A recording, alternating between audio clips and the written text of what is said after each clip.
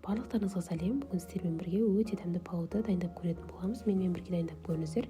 Видеоны лайк бас, комментарий қалдыруды ұмытпаңыздар. Ал кеттік. Ең алдымен қызып тұрған қазанға сұйық майымызды құйып, ет қуырып алатын боламыз. Еттен соң пиязды қызарып, жақсылап қуырылам дегенше қуырып, артынша сәбізді салатын боламыз. Бірінші ет салсаңыздар, тамақтарыңыз әрқашанда дәмді болады.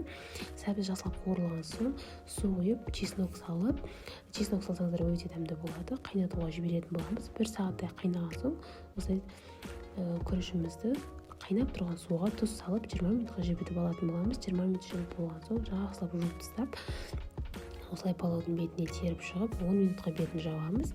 Сосын 10 минуттан соң қайтадан алып, кәкпірмен аударып, астындағы күрішмен айналдырып, тұзымызды салып, қайтадан 10 минутқа су тартылғанша жіберетін боламыз.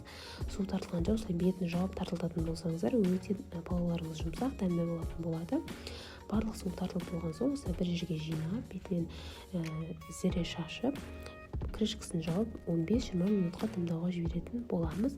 Бұл арада палаумен жақсы жейілетін салаттың түрлерін дайындаймыз. Ең бірінші свежий салат, екінші болып осылай редиска, айран, зелень қосылатын салат, үшінші тұрып, сосын осылай капуста, барлығына тұз, зеленьдерін салып араластырып дайындап алатын боламыз. Қызыл бұрыш салсаңыздар да болады, өте дәмді болып шығады. Видео ұнап жатқан болса лайк бас, комментарий жазып, менің арнама тіркеліп алыңыздар. Өте дәмді пайдалы рецепттермен бөлісіп отыратын боламын.